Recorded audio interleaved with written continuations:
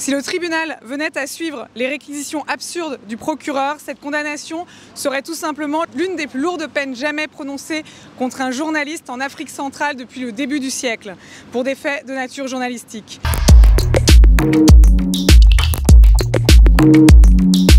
Cela fait maintenant plus de 6 mois que Stanis Boujakera est détenu dans la prison de Makala en République démocratique du Congo. Nous, Reporters sans frontières et Jeune Afrique, appelons ce matin devant l'ambassade de la République du Congo à Paris à sa relaxe et à sa libération. Les récentes réquisitions du procureur contre Stanis sont ahurissantes. Réclamer 20 ans de prison pour un journaliste dont l'intégrité a été démontrée avec un dossier judiciaire fabriqué de toutes pièces est tout simplement inacceptable et constitue une menace grave pour la liberté de la presse. Stanis Boujakera est sous le coup de charges purement et simplement fabriquées, répétons-le.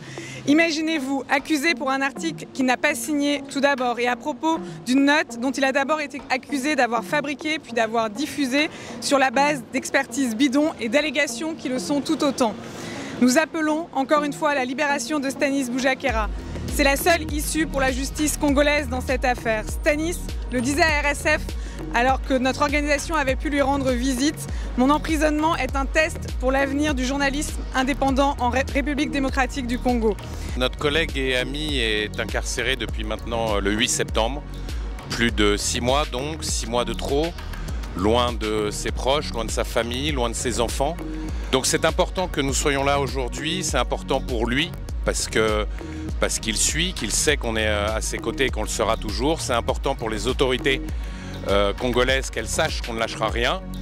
Et je vous rassure, Stanis lui-même ne lâche rien. Il se bat comme un lion pendant les audiences, trouve même le moyen de faire preuve d'humour pour étriller ses accusateurs lors de ses audiences. C'est l'incarnation du journalisme fiable, c'est un journaliste qui est crédible, c'est d'ailleurs l'un des plus suivis de RDC. Ce qui lui arrive depuis septembre est un véritable scandale. À 7 reprises, la justice congolaise a eu l'occasion de le remettre en liberté provisoire, voyant que l'accusation n'avait absolument rien. On a souvent à RSF des dossiers vides concernant des journalistes. Là, c'est pas un dossier vide, c'est un dossier fabriqué. On a inventé des preuves pour l'accuser de faits complètement imaginaires.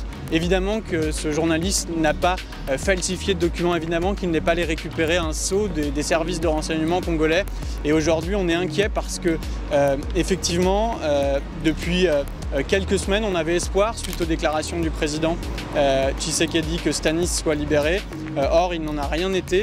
Et on espère que le droit sera dit dans les plus brefs délais, d'ici au 20 mars, et que Stanis puisse enfin retrouver ses proches, la liberté, et continuer son métier de journaliste.